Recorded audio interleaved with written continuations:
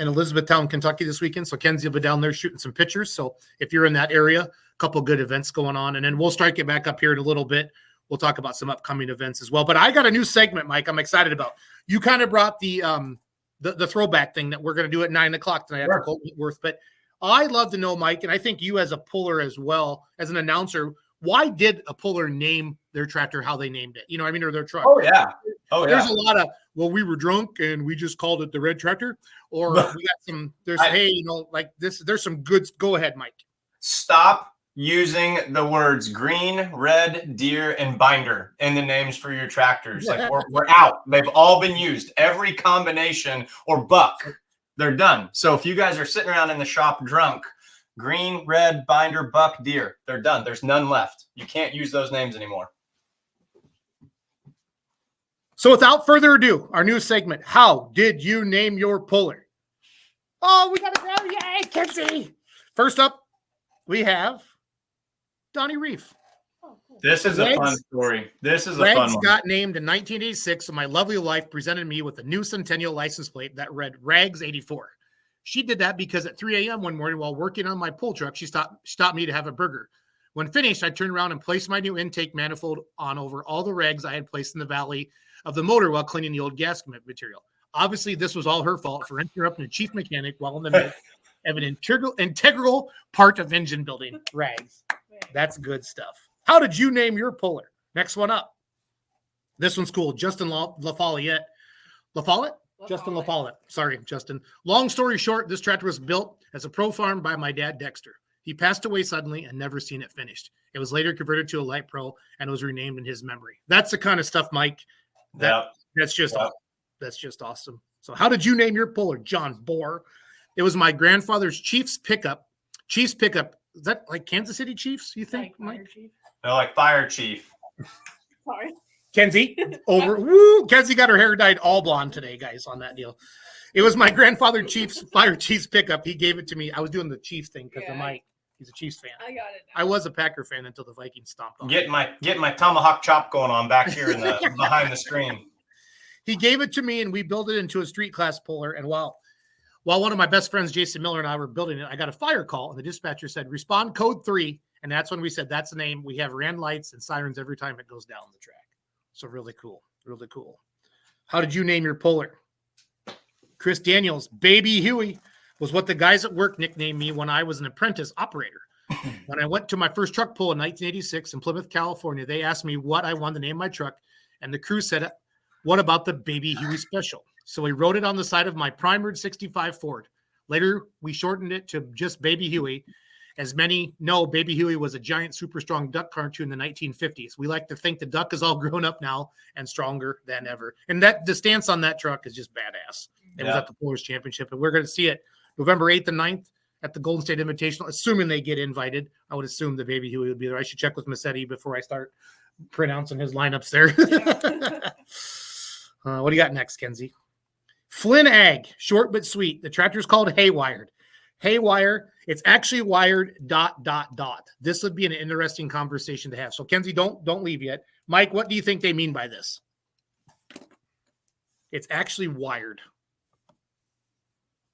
Well, so, yeah, I don't know on this. Like, if this was a truck, I would say that it would have its own internal starting device, you know, because with any like mini rod or truck or something, they have like an external starter. So they're going to bring that in. But a tractor already would. Like, tractors have batteries on them with like their own starting device already on them. So, I don't know. Tell me, Jason, you're the puller. I don't know. Oh, Ryan Folks says Common Rail. There you go. Boom. There it is. Yep, Darren Bombers has the same thing. So Common Rail fuel injection. Got it. Good stuff. Good stuff. So Haywired, Flynn A. How did you name your puller? Who's up next, Kenzie? Dylan Dirks. He announced with me in Sandwich, Illinois on Thursday night on FullPull.live. We named it Time to Play Around in 2010. We showed up to a pool, and they asked what name. I suggested, well, our old truck was called Playtime. So I said, it's time to play. What time to play means we're here to play, and it's stuck ever since. Okay. Maybe I should read these, Mike, before I post them on the screen.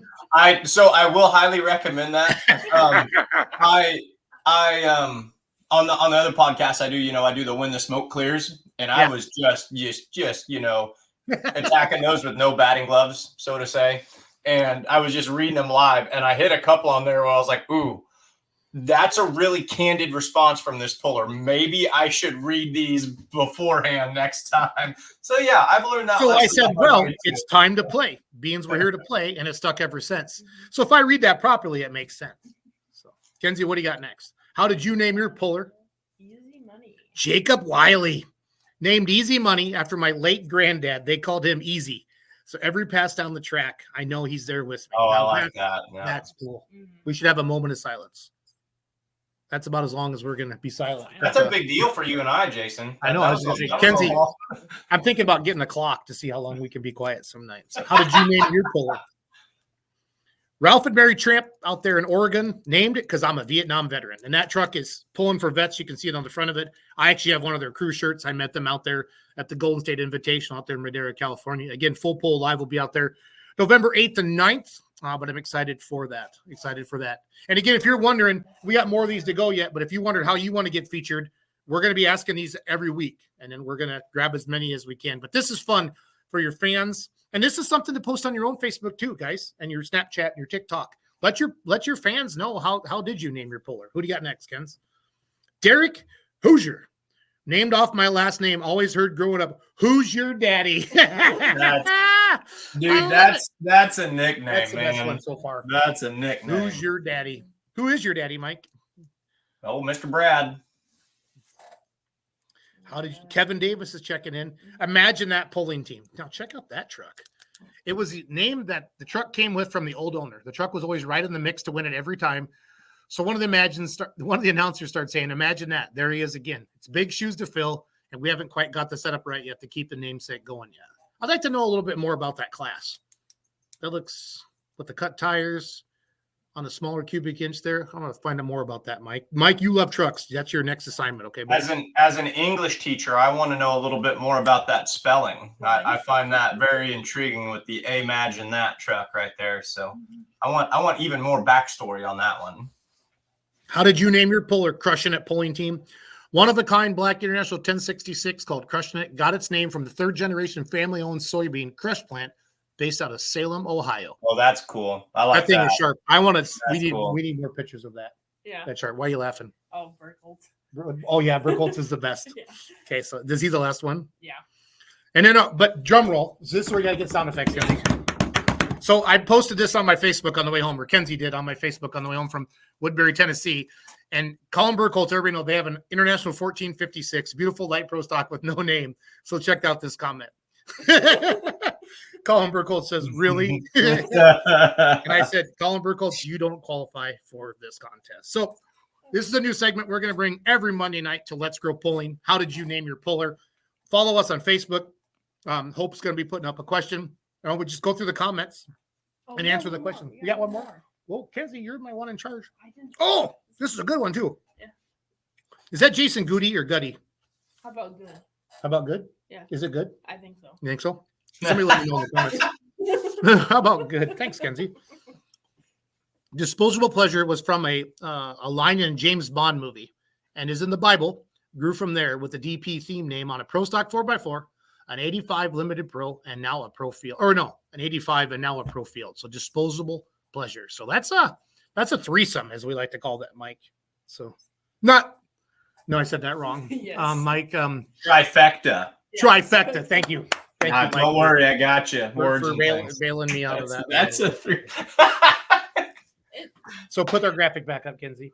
So that is our How Did You Name Your Puller segment brought to you by Mike, Jason, and Kenzie every Monday night.